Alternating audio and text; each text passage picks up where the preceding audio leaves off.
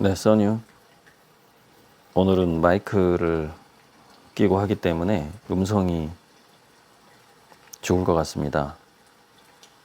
세스 챕터 11과 챕터 12를 읽었는데 이게 전부 윤회에 관한 이야기예요. 그래서 윤회를 양자인문학적으로 정리를 할 필요가 생겼는데 나중에 제가 화이트보드에다가 그림을 그리면서 한 번 더 이 윤회와 뭐 사후의 세계, 임사체험, 그 다음에 외계인과의 인터뷰, 그 1973년 로즈웰 사건 이후에 외계인과 텔레파시를 했던 간호사의 간호장교가 80세 이후에 책으로 남긴 그 외계인과의 인터뷰에서 말하는 지구의 지구를 감옥으로 보는 그런 관점. 하지만 1960년대 이후에 인디고 아이들, 크리스털 아이들이라는 그 외계 행성에서 아주 진화한 영혼들이 이 지구로 태어나는 이야기. 그래서 지구의 미래의 문명을 준비하는 그런 역할을 맡게 되는, 그래서 그런 사람들 빛의 일꾼이라고 하기도 하고 하는데, 저는 이제 우리 아미고님들이 이 예술에 대해서 공부해 가고 고래들 그림에 대해서 이해를 해 가고 그런 부분들이 결국에는 이제 제가 선본홍제, 고리방주, 그리고 그림을 통한 하나의 그림에서 드러나는 어떤 신의 유출, 어떤 진실 같은 거, 진리를 보여주는 거짓말로서의 그림, 그런 부분들을 한번 생각해 보면은 굉장한 어떤 인연이 있고 또 앞으로 펼쳐질 우리 현실 삶의 체험들이 참 다이내믹하고 재밌지 않을까 싶어요. 그래서 세스 책에 나온 전생 이야기들은 다 하고 싶지는 않고 몇 가지 우리가 다음 생을 선택을 할 때 소설가가 내가 다음 소설을 어떻게 쓰지라고 구상을 하는 것과 비슷하다, 이런 비유들이 재밌고, 또 과거, 현재, 미래가 이렇게 펼쳐져 있는데 이 3, 4차원 정도의 수준에서는 그것을 전생, 후생, 과거, 미래 이렇게 표현해야만이 그게 이해할 수 있다, 이런 부분들. 하지만 과거, 현재, 미래가 동시에 이 딱딱한 체스판이 아니라 파도처럼 물결치는 역동적인 어떤 흐름이 있는 체스판, 평행우주기 때문에 현재 우리가 어떻게 삶을 사느냐에 따라서 과거도 바뀌고 미래도 바뀌는 그런 부분들, 그런 부분들이 이제 개별적인 영혼의 어떤 윤회 리딩 말고 그런 부분들이 이제 간간히 나오고, 이 책의 저자도 세스가 말했던 부분들 중에서 그런 부분들 위주로 지금 얘기를 하고 있는 거죠.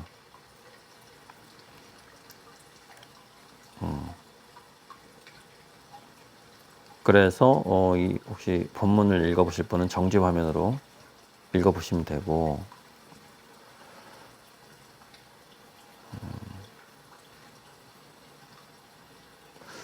그래서 우리가 과거의 일도 재창조할 수 있다. 우리가 미래의 일을 새롭게 구성할 수 있는 건 참 이해하기가 쉬운데, 과거를 재구성할 수 있다라는 것도, 그것이 양자인문학적으로 본 윤회에 대한 해석이다. 사후의 세계, 임사체험 때 자기가 알고 있는 모습으로 천사가 나타나는 부분이 이 페이지에 좀 나오고요. 사후의 세계에 대한 작가가 다음 책을 구상하는 것과 비슷하다. 이 윤회하는 것이 얘기 여기 나오고요.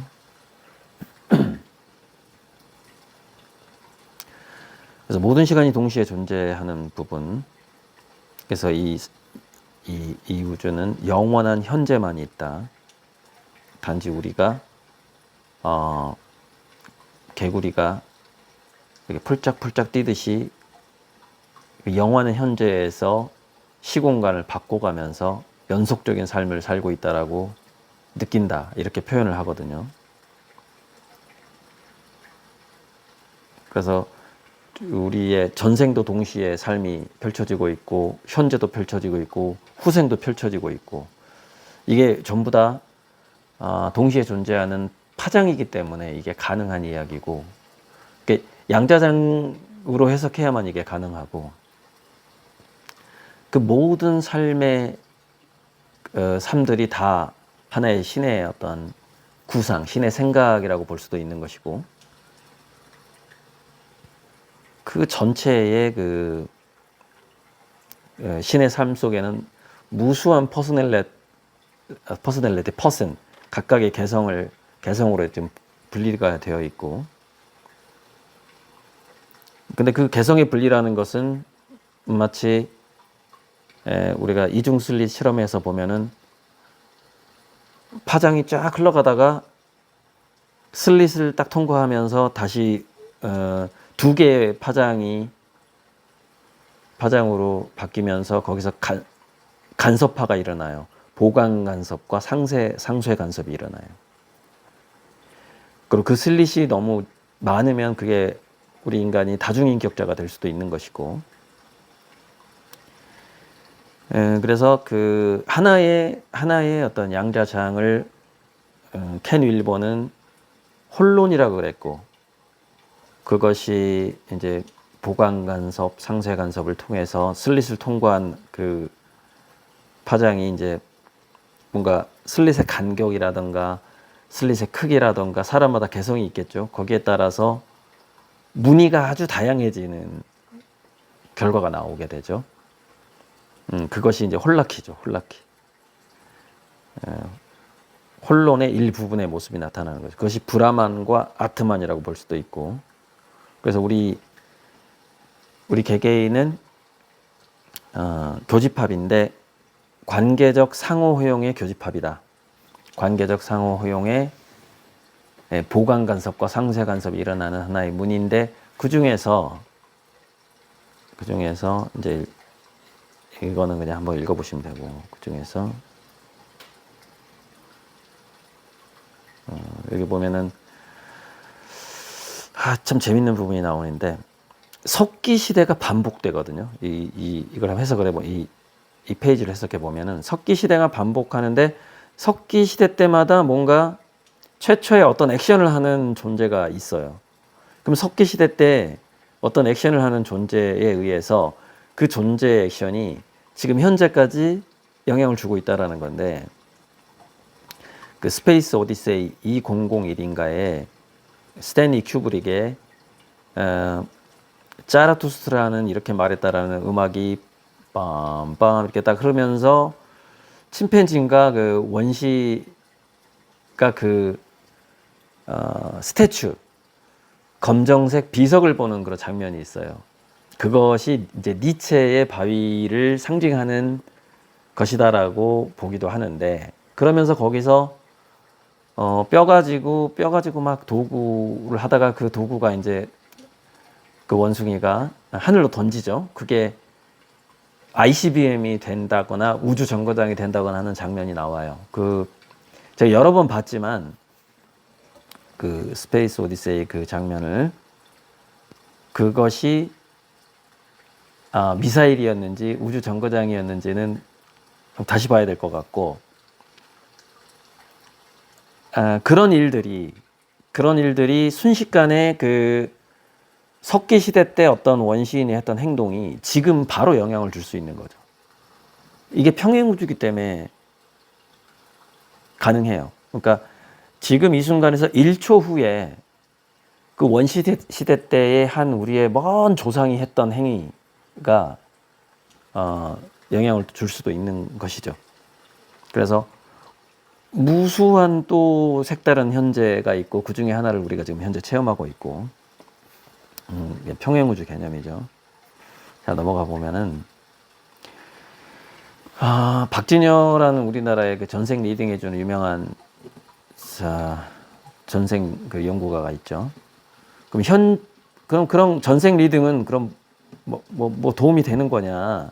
현재 문제를 해결하는 데 도움이 되고 현재 문제를 해결하게 되면은 따라서 과거의 자아와 미래의 자아가 좀 더 편해지고 좀 더 밝아지고 좀 더 바람직해지는 어떤 그런 거죠. 왜냐하면 현재의 돌을 던져도 과거와 미래에 영향을 주게 되고 저 과거의 돌이 하나 떨어져도 현재와 미래에 영향을 주게 되는 것이거든요.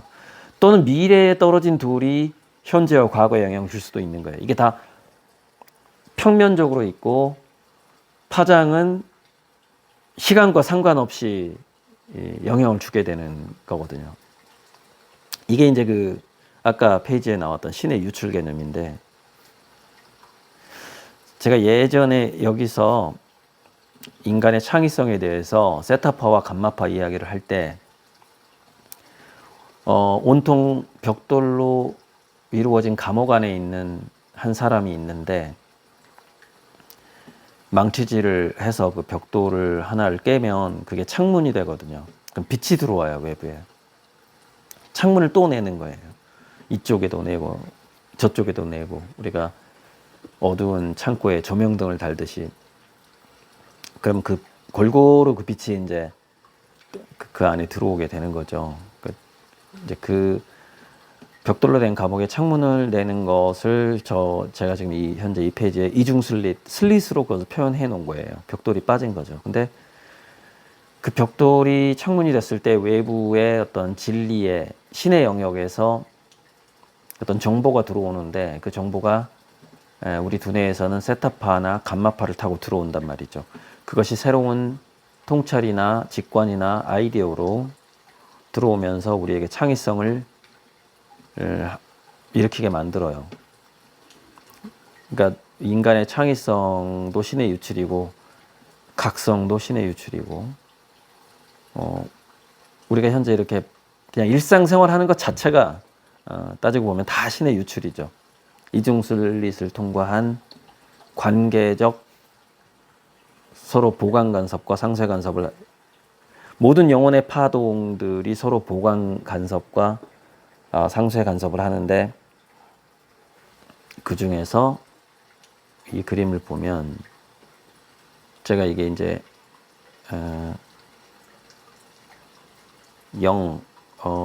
윤회에 있어서 주령이 있다 이런 얘기를 박준효 씨도 하는데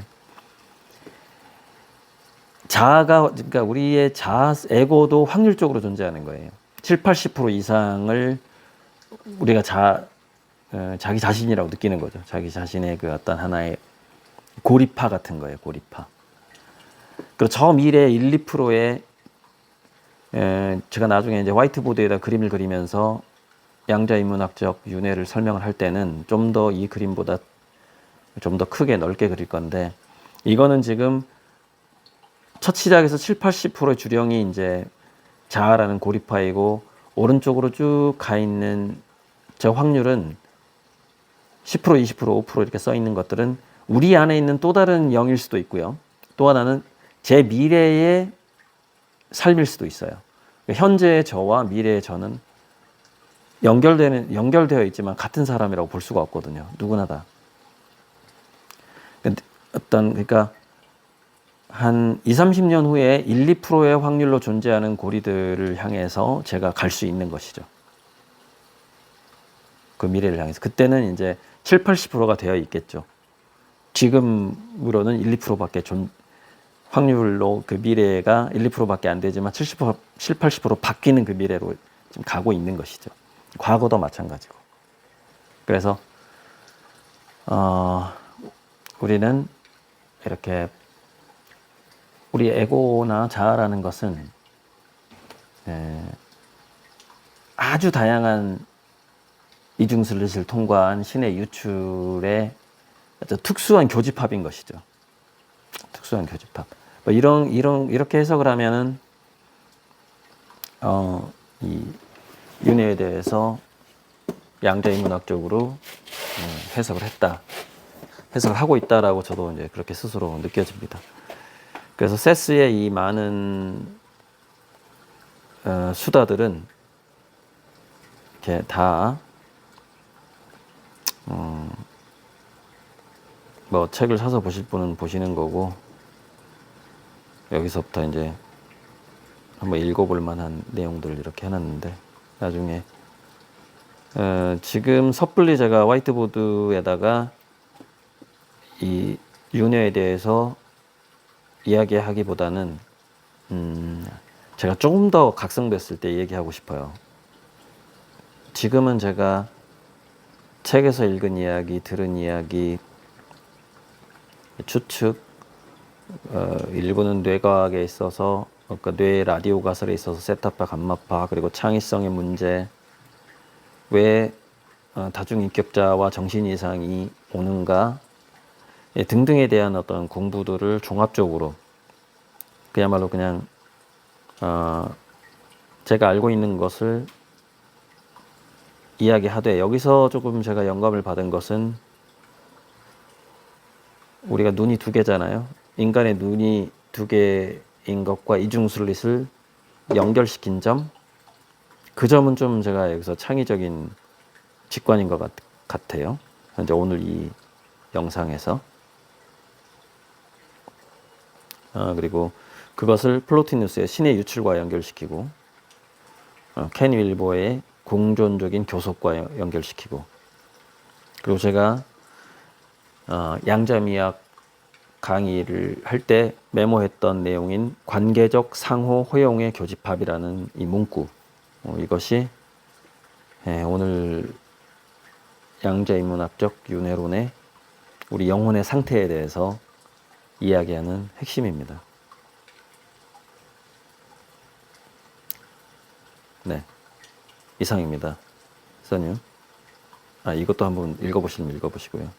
이게 먼저였고, 그 다음에 이런 대화를 나누고 나서 내가 한번 윤회에 대해서 양자인문학적으로 한번 설명을 해야 되겠다, 그런 생각을 했습니다. 선유.